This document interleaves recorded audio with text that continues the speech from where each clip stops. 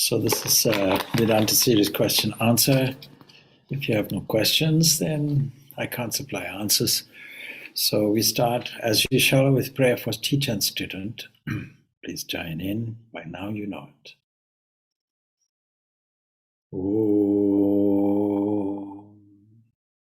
Sahana Vavatu Sahano Bhunaktu Saha Viryam Karavavahai Tejasvinavaditam Astu Ma Vidvishavai. Om Shanti, Shanti, Shanti. May that one protect us both. May that one nourish us both. May we work together with great energy and vigor. May our study be illumined. May we not unnecessarily cover with each other. Peace, peace, peace beyond all.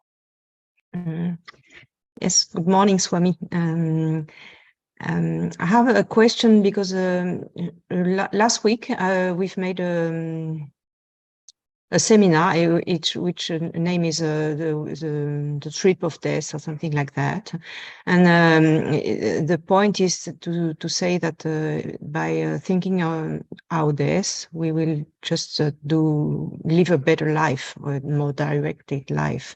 But I would like to know, how do you think we should think on our death? In what way, and what could we do to think about it? Because it's very difficult. Usually we run away, all this thinking and things like that.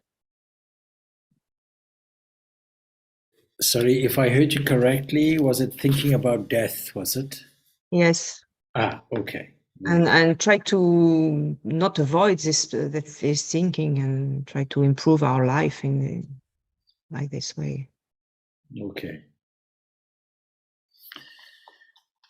Well, all our Vedantic texts deal with the subject of death. And so they don't bypass it. They don't put it as a skeleton in the closet and say, let's discuss it later, or let's not attend to it at all. And the obvious reason why we should attend to the event of death is because it is just as valid and just as popular or just as prolific as birth. Things are born and things live and they die. And I don't think it helps to avoid any aspect of these three events, if you will. It's like there's a beginning somewhere, there's an end somewhere, there's a middle somewhere. To ignore any one of these factors would be fallacious and also not very helpful. So, of course, we can ignore the beginning to the extent that it's in the past. I'm dealing with this as an individual, but I suppose there's no difference between that and the origin of the cosmos and all the rest, all these other questions. And the end event, the end of the sentence, if you will, if you consider life to be a life sentence, I'm not sure if that's a good view, then that's in the future. And what we have to do is we have to make sense of the presence. If you're an atheist, then you don't really have a sufficient answer to these questions, because atheism, which is based, modern atheism anyway, that is the kind of belief system that holds that there can be no purpose in life. The universe is just the product of a mindless, purposeless, accidental series of events that just happen to be there, and an unguided process. Then you have two options. One is to give up on life. The second option is to live life to the full, as it's described. In other words, enjoy the life as it is now, eat, drink, and be merry, for tomorrow you die. So how does this have any meaning or any deep insertion of any direction or purpose? It's because the atheistic view or material view is bottom up, that nothing created everything out of nothing is the fundamental go-to position of materialist atheists. There may be other kinds of atheists. For example, much of the Oriental philosophy is atheistic. It doesn't have to have some kind of agency operating, but you cannot avoid the inquiry which leads you to a fundamental essence, which is you. Now, if you read the whole of the Bhagavad Gita, not read, study it, the whole thing is about death and mortality. And if you read the Upanishads, this matter of mortality and immortality is raised constantly. It's a constant theme. Constant themes in the Upanishads is an inquiry as to who are you, an inquiry as to what is at the back of existence itself, is an inquiry into the nature of life, the nature of birth, the nature of death, and is an inquiry into how do we adjust our thinking in order to realistically deal with these issues. So that's where we are. Now, human nature does not inherently want to look at the unpleasant because it has a different driving force. It feels that we have to avoid everything unpleasant and move toward everything that is pleasant. And we naturally interpret death as an unpleasant event. But is it so? Knowing that we all have to face it at some point in time, or so, how do we deal with it? And the Vedanta has the answer. See, the ultimate answer in Vedanta is non-dualism. But that doesn't mean to say we become impractical about it. It means that we take into account all the aspects of our so-called reality. What is our so-called reality? You see how careful I am with the language. It's a so-called reality. Asato ma sadgamaya tamaso ma jyoti gamaya mrityo amritam gamaya is a central peace prayer that summarizes the whole position. We would like to go from the unreal, that means the impermanent, to the permanent state, to truth, the untruth to truth. We would like to go from the darkness of not knowing to the light of knowing and understanding. And we would like to go from death to immortality. And immortality, the drive toward immortality, is, I think, the same as the drive toward freedom. Freedom meaning freedom from pain and freedom from death. And we don't get freedom from pain by avoiding it. We don't overcome the issue of death by avoiding it. In fact, we should head straight toward it. Now, I've said many times, I'll repeat again, every evening, every night when we fall asleep, in other words, when our working, waking personality and identity, our passport identity goes away, and we take on a different role, and we play multiple roles, and we call this a dream. And many, many events occur in the dream, some of which we remember, some of which we don't. But then you see that lapses into a dreamless sleep condition. And the brain registers through different wavelengths what these differences are. We can measure the differences in a sleeping person. Now, in the Upanishads, there's a great example. Somebody is confronted with a sleeping person. And the question is, where does this person go to? Where did they go to? Because you can talk to the person, you can even raise your voice, and the person's attention, their mind, their whole consciousness is in some different place. And in the deep sleep area, we have no personality, we have no body, we are an unembodied being, and yet we are at peace. And we recall later, by a constant factor that is able to observe all of these three states, I slept well, I had a peaceful sleep. Well, what was happening during that? I don't know. Were you snoring? I wasn't aware of it. Did you get a sensation of a blank? I wasn't aware of it. What were you aware of? Nothing. Why? Because the nothing was there. There was no objective recognition there.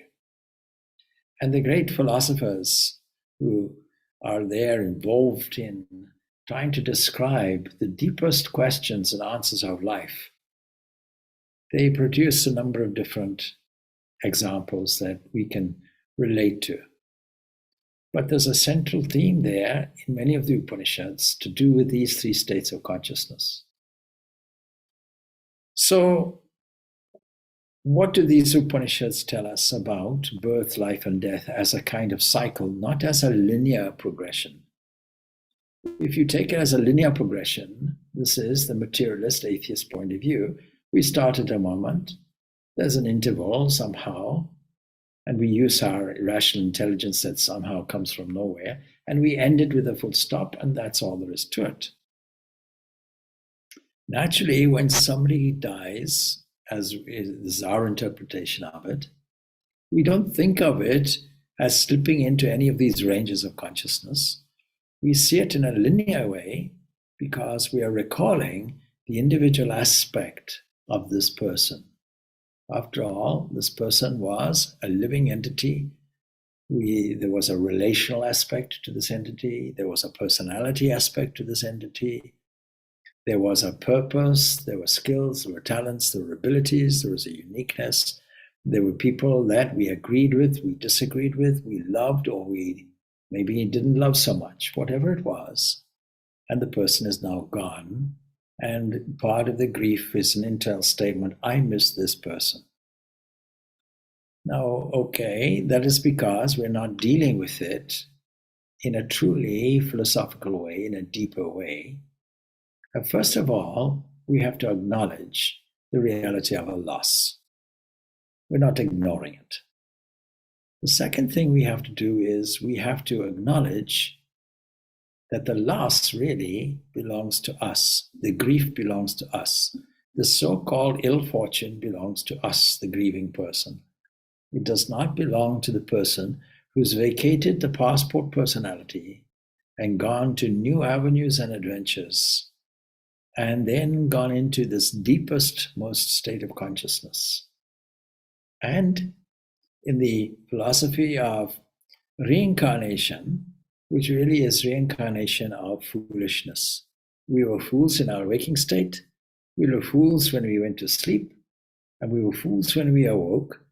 And for some people, for most people, I suppose, we were fools when we entered into this deep thing called death, and we emerged again as fools. Now, the difficulty with that scenario is it's not the same foolishness, because there is also a hope attached to this. There's a drive, inherent drive, that moves a person on out of this foolishness, expressed in this very prayer. Lead me from, asato ma sadgamaya. Now, lead me from non-existence, a sense of the vague unreality, where I don't know the answers to deep questions, to this point of reality, where I do know and understand the truth of existence. And lead me from the state of darkness, that is the state of deep, deep ignorance about all these questions, to the state of light where I know the answers. And I'm entering into this light, which then leads me from a state of there is no death. I acknowledge that death is just a comma, not a full stop. It is just an interim period in a whole cycle of events. And I want to get out of this cycle. There's a drive to get out of this cycle, and yet I haven't got sufficient knowledge, sufficient understanding, sufficient experience. And therefore, my world is based around a kind of series of emptiness where I have to go and fill, and this filling, constantly urge to fill, is called desires. And I'm moved and motivated by a desire for various things. There's no moral judgment in these desires. It is simply that I want to fulfill something. There's another way of saying I want my freedom, but I don't know that I'm imprisoned. Or I feel I'm imprisoned, I feel I'm bound. I don't feel I'm free. And philosophical analysis and the experience of those who are free will tell us, my dear fellow, you're free already. There's no question then of life. There's no question then of birth. There's no question then of death at all. And this is the highest conclusion of non-dualism. Now we can take it simply in a theoretical way, yes, but there's a practical dimension to it because we won't advance, we won't get out of this, what's called samsara, this continuous round of birth and rebirth and life and death. We won't get out of this until we learn to cultivate a different, distinct attitude. Now, death, among other things, is characterized, of course, by grief. And grief is also caused by a number of other things. And I have to resort here to the very practical sutras of Patanjali. The Patanjali Yoga Sutras is divided into 4 different sections and gives us, even though it gives us a brief glimpse of what we're talking about, still it's quite succinct. And so we are faced with something called dukkha, grief, sorrow. We're faced with mental distress. We're faced with tremor of the body, instability in the nervous system. We're faced with the effect of that, which is a sense of irregular breathing. When people get stressed, they hyperventilate and have to blow into a bag sometimes. And all of this is because we lack one particular ingredient in life, and there's only one ingredient that we miss, and that is concentration. And concentration in this context, in the yoga philosophy, is called yoga. We lack yoga. I know many people interpret yoga as asanas, standing on your head, preferably not standing on somebody else's head, stretching the limbs. It's to do health and wellness. And every Hatha yoga class that I address, I've asked them this one first question: what has yoga to do with health and wellness? And this is a surprise question to many people who are used to thinking that yoga is something to do with physical culture. And I answer my own question, because of course I'm anticipating those particular type of people will say everything. And my reply is hardly anything, hardly anything. It's a byproduct of a shift in thinking. It doesn't matter if you exercise or not. If you do not shift your thinking, you'll be stuck with the problem. And so Patanjali Yoga Sutras suggests a remedy. And the remedy, of course, is in relation to all these other things, these difficulties in life where we assume that we are an individual, a body with a mind somehow, or a brain, if the materialist is right, that has to deal with overwhelming sets of circumstances in the shape of other people who challenge us, in the face of other events, in the face of, other circumstances and scenes and scenarios.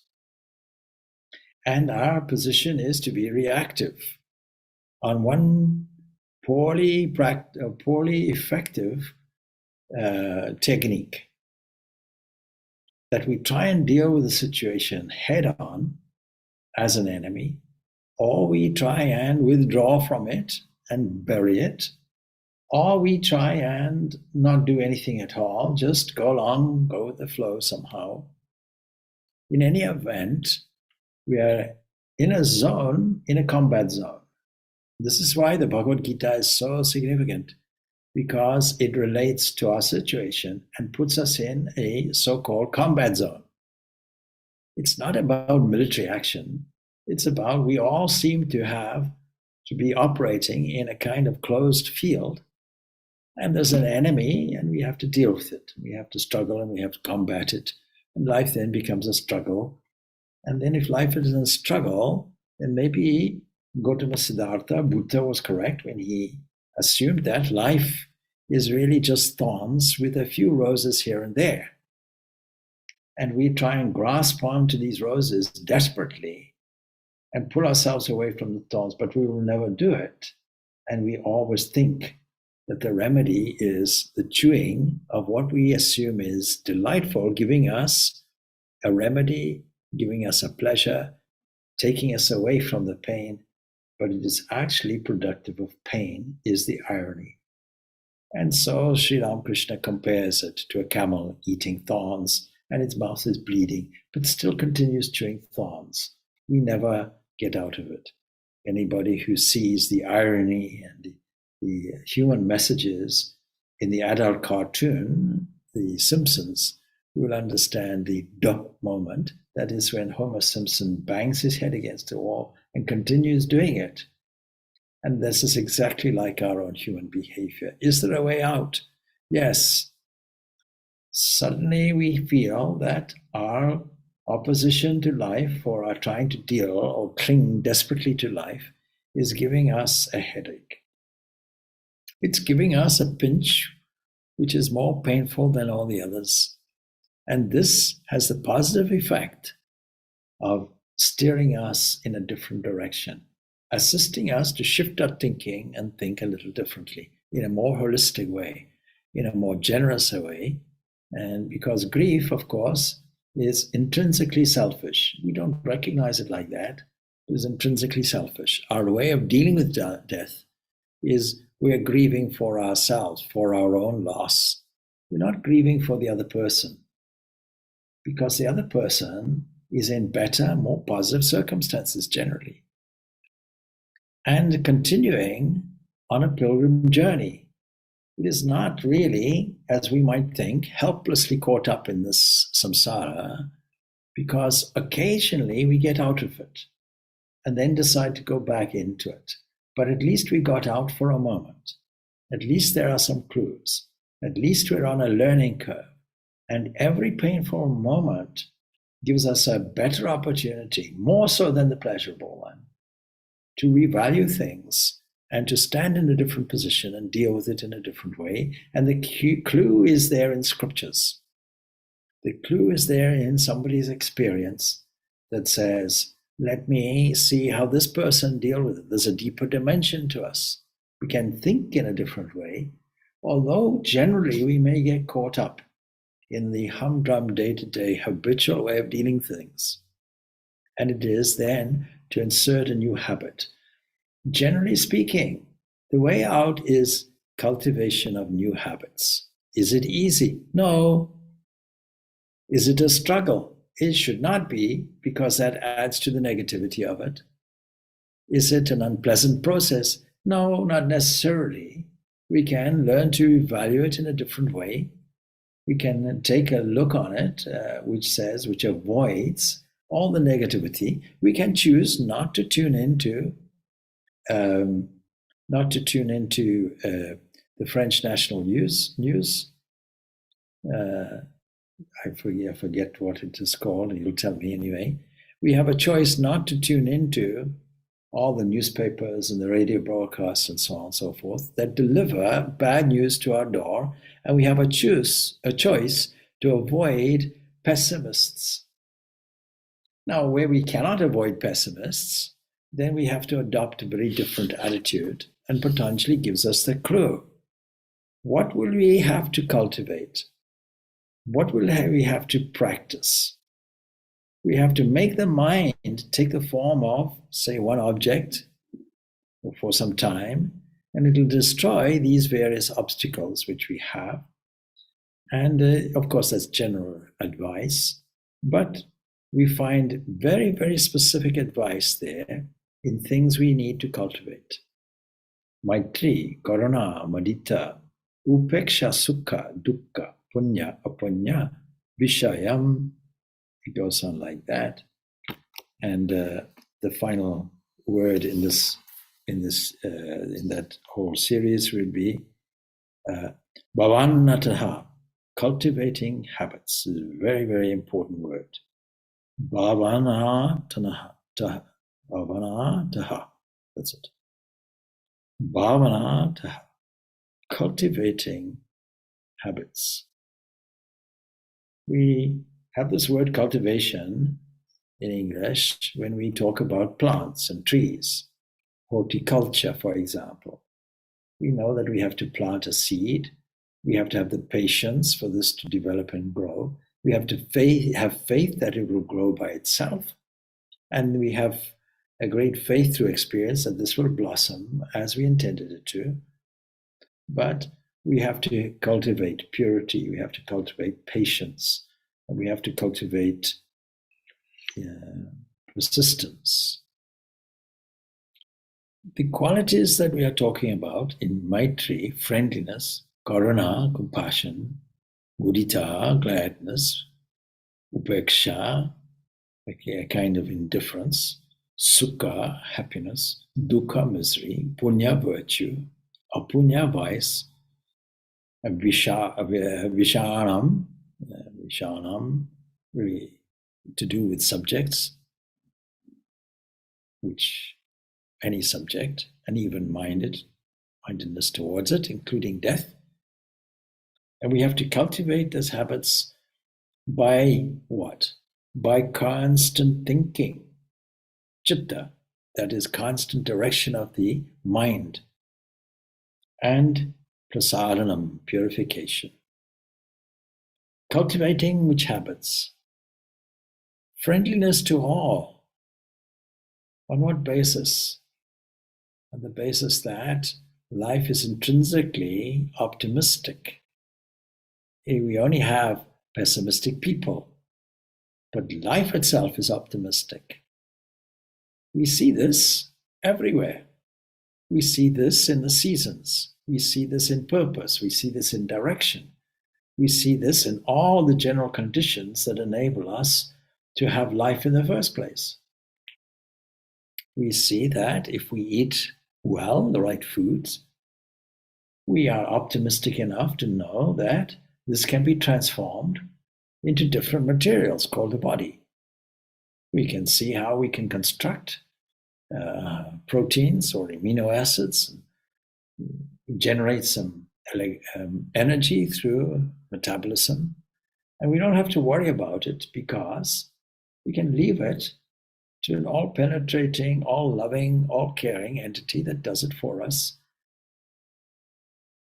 Now, we don't normally think of this. We normally dismiss these things because the trouble with habits is they go into an area where we don't necessarily have to pay any attention to these things. But the mental field is something different. The mental field is an area that has different sections, as it were. And what is the opposite of cultivating friendliness? Cultivating hostility, cultivating anger because of the misunderstanding that one person against us or opposed to us or in a different place is completely different and separate from us. And on one level, it's correct. But on the deepest level, it's incorrect. And it is the deepest level that we get our answers. We see that on the material level, the human body is just a series of material waves. And we are conditioned to interpret this in different ways, as a face, as a voice, as a behavior. Now, there's a different way of seeing it. We can see that at the very deepest level, there's something different. Now, all the scriptures will give us a different handle on it so we can more easily understand it. But let us see not one person there, but let us see a number of different levels and layers. And many of you are familiar with Panchakosha, the idea that there is not just one layer, but there are actually 5 of them. And for our convenience sake, we can go through this until finally we come to this entity which is enduring. And that our Vedanta philosophy and Upanishads calls the self. By the self, we don't mean an agency self. We don't mean a physical self. We don't even mean an emotional self or a psychological self or a rational self. We don't mean a personality. We don't mean a mask. We mean that at the most fundamental, quintessential part, when I have stripped away everything, when I have identified that person who is observing all these various states of consciousness. When I can access that and be familiar with it, then what will happen? Life will look hugely optimistic, because I will see that all of these layers and levels are all just expressions of that one thing, and they are all positive. Even body works positively. It doesn't work negatively, only if it's abused or misused. The mind works in our favor. It is an instrument where knowledge can be revealed. Without it, rationality cannot occur, science cannot happen, appreciation of music cannot happen, deep relationships cannot take place. None of these can take place without this collective instrument, which is called the mind. And I'm not saying brain, I'm saying mind, because there's a view that brain and mind are the same thing.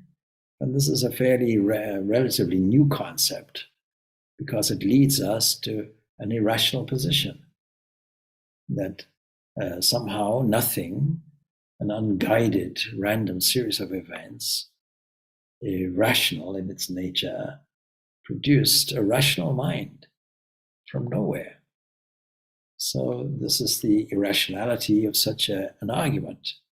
A much more rational point of view is to say that there is something deep inside which expresses itself and gives us evidence of its characteristics in the working, waking world that we experience. And are not only in the working, waking world, but also in the dream state and the dreamless sleep state also.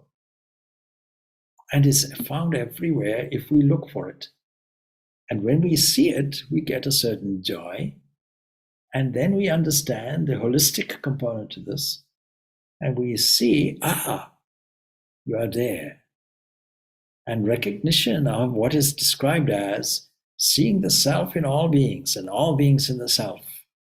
The language of the Isha Upanishad, for example, Kathopanishad and the Bhagavad Gita, just as examples, gives us a practical way of proceeding, leading us to an equality of vision that we don't find hard to cultivate, and we find we can be friendly to all.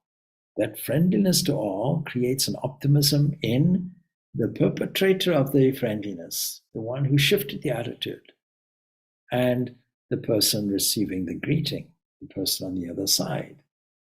And it's not a false friendliness. It's not an unconscious friendliness. Very often we say, good morning, how are you? And move on. Before we've heard the answer, we moved on. It's just a question of politeness. Are we really interested in the person? How are you? Do we really have sufficient compassion for other creatures or other beings to pause for a moment and consider, I want to really know, how are you? How are you physically? How are you in your emotional area? How are you in your financial area? How are you in all the areas which are causing you pain and difficulty? And then move on from there. And then at the final exploration point, there you are, Lord of the universe, standing there full and free, beaming in a perfect way. And then adoration. And that means every encounter you have with any person will be an opportunity to have this internal self, which religion calls God, revealed to us. It's not good standing, I'm here, where are you? I'm looking everywhere. No, right in front. Right in front, you are there. In your breath, you are there. In your digestion, you are there. In your heartbeat, you are there. In every single aspect. In every moving wave, you are there. And if I miss it, then it's because I didn't shift my thinking. I didn't understand the philosophical importance of the principles and the practical impact of the practice of just this cultivating this habit of friendliness on the basis of recognition. And it is a fact that all these habits that you cultivate, that gives you a different outlook and expression, transforms your environment. You can try it out. If you're hostile to somebody, expect hostility toward you. If you're friendliness and loving to someone, expect friendliness and loving. Expect the reciprocal nature of the whole universe. So we can, of course, in moments of lapsed memory and practice, sit down and lament, what a pity, what a pity. Instead of what a glory, what a glory, what a glory, being a slightly, even slightly edged saturation or edged way of thinking, even marginally so, which then increases and increases. And this really is called creating a counter value. In the language of the Sankhya's that put the whole of nature into these three aspects, which are binding aspects to us of sattva, rajas, and tamas. We have to understand this and play a game. When rajas and tamas are on board and recognized, then we say, oh, my fellows, I understand and recognize you. These are coming from a habit level. But I have a new friend. I have higher values here, which are more joy-bearing. Let me put them in, and put them in such a way that your pessimism and your negativity goes away. It's outnumbered. So this is the democratic way of dealing with the mind, that you vote in higher values. And you'll find then that your whole world and environment changes. And then the other value will be mercy. What we mean by mercy, karuna, compassion, mercy. Well, we have to have this compassion for those who are in the darkness, those who are suffering, and most of humanity this applies to. And then we have to cultivate some other things, mudita, gladness and joy for those who are successful. Very often, and I'm told here in Ireland, Irish people don't like people being successful. They are jealous of success. Somebody else is successful, somebody else is joyful. You want to drag them into a misery arena instead of celebrating with them. Wonderful. Because I can see there that this is positivism. Let me share your positivism. Thank you for enabling me to uplift my mood. And my mood becomes enhanced when I see that the basis of your joy is your internal nature of bliss. How beautiful. All jealousy goes away. Jealousy drags the mind down into a state of misery. And then we have to be indifferent. In what way? Indifferent of subjects being thought of in regard to other subjects, whether they are happy, whether unhappy, whether they're good, whether they're evil. We reduce our judgment. We take our judgment out of the way. On what basis? On the basis that any temporary behavior will come and go in any event.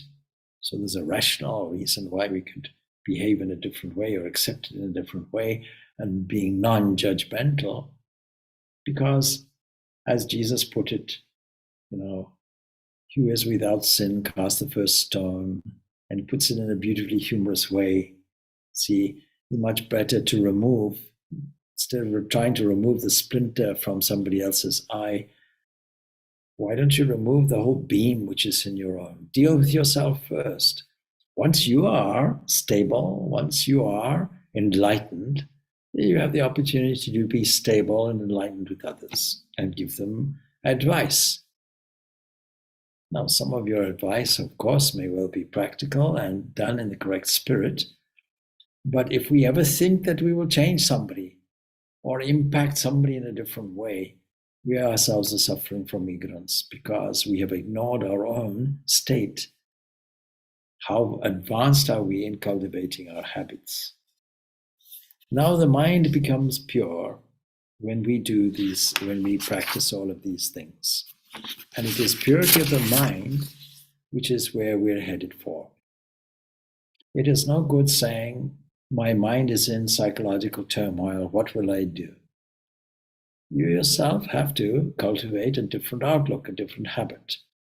But it is not false.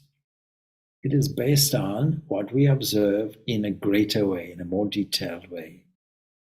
And this is explored by the Bhagavad Gita in their preamble toward the meditation process, that it is our responsibility really to bring the mind up or bring it down, and nobody else's responsibility.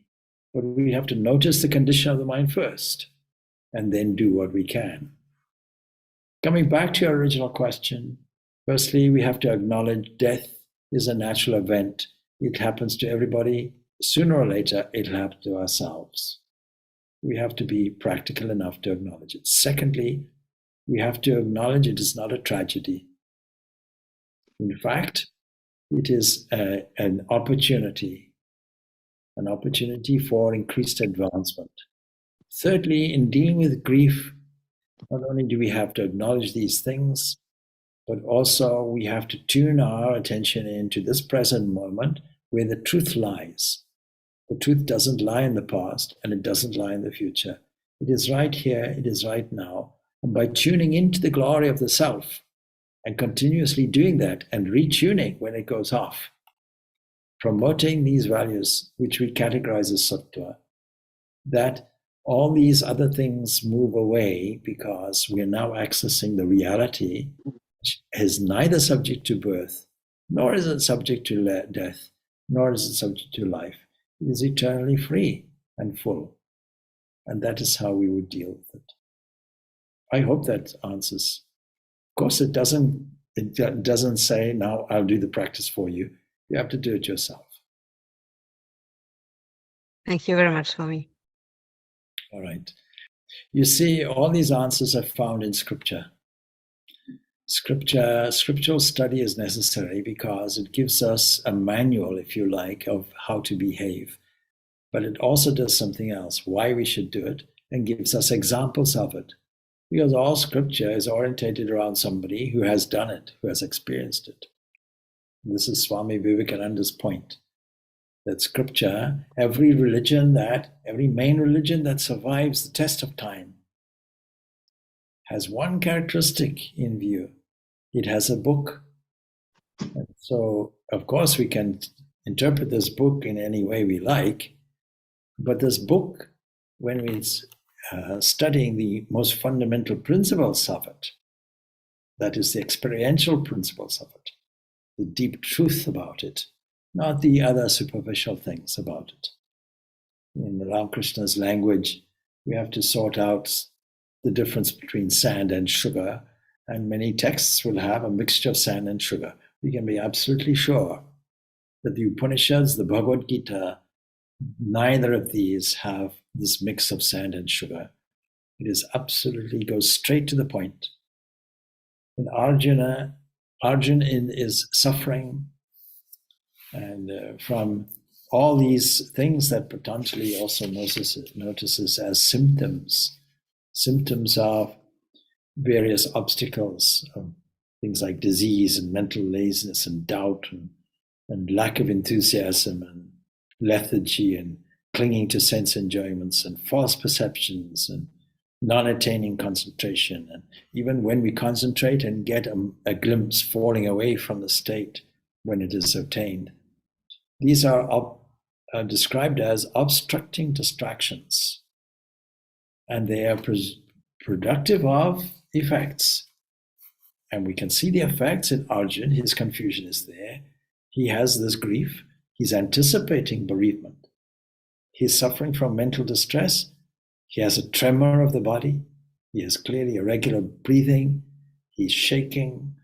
His tears are rolling down his cheeks. He's in he's a mess, in other words. He's a complete mess, completely shattered. And Krishna's remedy, the oldest, as far as we know, the oldest psychologist that we have goes directly to the point. And instead of acknowledging and buying into the weakness and negativity, he turns it around immediately and says, lift yourself up now. Be a man. Where has this faint-heartedness come from? And then he tells him, you are the Atman. straight to the point. Sometimes we go around this, you see. In fact, I don't know of any other system that does this so directly. It says, look, you think that you are a body-mind complex. You think that you're an actor and profiteer. You're none of these things. Actually, what you are is you are the immortal. You are the Atman. Directly it's told. And it's told in the very first part of the teaching that we take on as the second chapter. I was talking to people yesterday, talking about the value of all the chapters. And the first chapter is valuable because it starts off where most of us start from. See?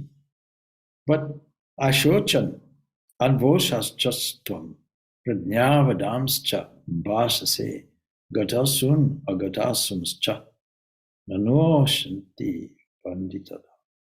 Pandita, there, you've been mourning, you've been grieving for the people who should not be grieved for.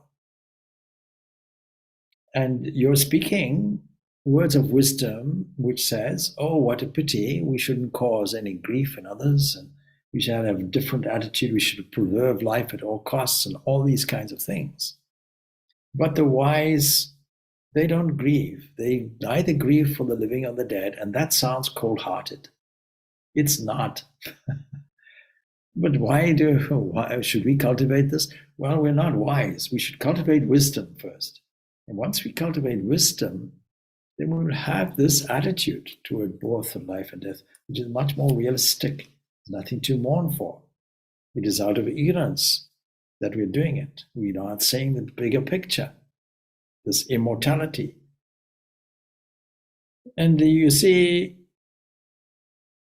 it's not that I've never existed. It's not that you have never existed. It's not that these people in front have never existed. It's not that we shall cease to exist in the future. There is no such thing as death. It's something we have to reconcile our view of. We think of death as if it is a permanent condition. That's our error. It is only just gone outside beyond the horizon of our limited view. That's all. But any sailor will know that the horizon, once you reach the boundary of the horizon, there's another horizon. It goes on and on.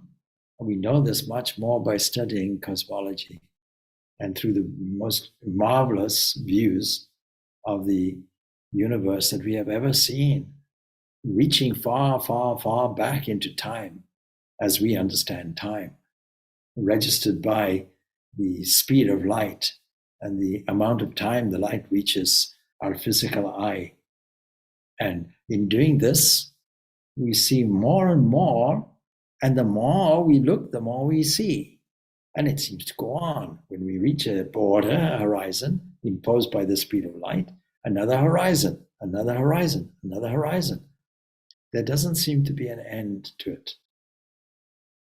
And I would also say maybe there's no beginning to it, because our Vedantic view really is there's no such thing as a beginning. There's no such thing as an end. There's no such thing as a linear growth. There's no such thing as a linear view. Not at all. We are under the illusion that this life is stable and doesn't come and doesn't and comes and goes, and it doesn't. It is only because we are conditioned. We are conditioned to think in this way. And the sailors, we admire the Vikings so much, because they take a ship when people of that day thought that the ocean was full of dragons and was full of threats. There was a great deal of superstition about the unknown. We shouldn't call it superstition, we should just call it fear. Fear of the unknown. But when you know it, the fear goes away. And so when you know about this whole process of existence and the stability of it, then the question of non-existence doesn't arise. When you know that the base of everything is pure consciousness, then the absence of consciousness is not a concern for you, because it doesn't arise. And when you know that there is such a thing as infinity, or such a thing as bliss, then the question of negativity and pessimism does not arise. And so we have to shift our thinking. And these talks, this philosophy, the study of scripture, teachers, and all of this, these are all resources to assist us to change our view of things in such a way that we look differently. It's like looking at a puzzle, you know. When you see it from a different angle, what I've called the 20th elephant, see it from a different angle, then the solution arises. And Advaita Vedanta is, or the basis for the Vedanta, is the very, very formula that we can use. It's a multi-purpose tool which allows us to access all the solutions that we have, not bypassing it, but leading us step by step toward it, saying, there is a human view of things, there's an emotional view of things, there's a physical view of things. And then we go out of the range of the senses. There's a dream world view of things, and there's a dreamless sleep view of things, and there's a free view of things. And when we are immersed in the freedom, then there's no view at all, because we are that. And it's difficult to comprehend, but we lead the mind toward it in steps progressively. Good teachers will do it. They'll talk in fundamental language first, and then gradually lead you more and more away from a separated individualistic point of view to a more collective point of view, to a oneness point of view. This is our spiritual progress. And so may everybody progress in this way as they are doing inherently, because there's a pull, there's a push from within. Our own nature is pushing us towards our own spiritual evolution and pulling us from outside, as it were, as well. We have this great advantage. Biologists call this evolution. The only thing is they're avoiding an origin of it, and they're avoiding the intrinsic principle of it that Swami Vivekananda describes as involution. There's no evolution without the thing being involved. There's no seed, there's no tree without the seed, and the seed is involved in the growth. It's simply unfolding as a tree. This unfoldment is called evolution, and we're all evolving. Even the simplest atom is evolving toward the great glory of your own divine self. So these are wonderful ideas that have grown out of the experiences of those who know, regardless of where they are, regardless of the historical place or the geographical region, regardless of their temporary condition. We have the suitable instrumentation to investigate these questions and the suitable capacity and skills to access this experientially ourselves. May everyone do this. I hope it's useful to you. Thank you. All right. Om Shanti, Shanti, Shanti. Peace, peace, peace be unto all. Thanks. Thank you, Swamiji. Thank you, Swamiji. Thank you. Swamiji. Thank you, Swamiji.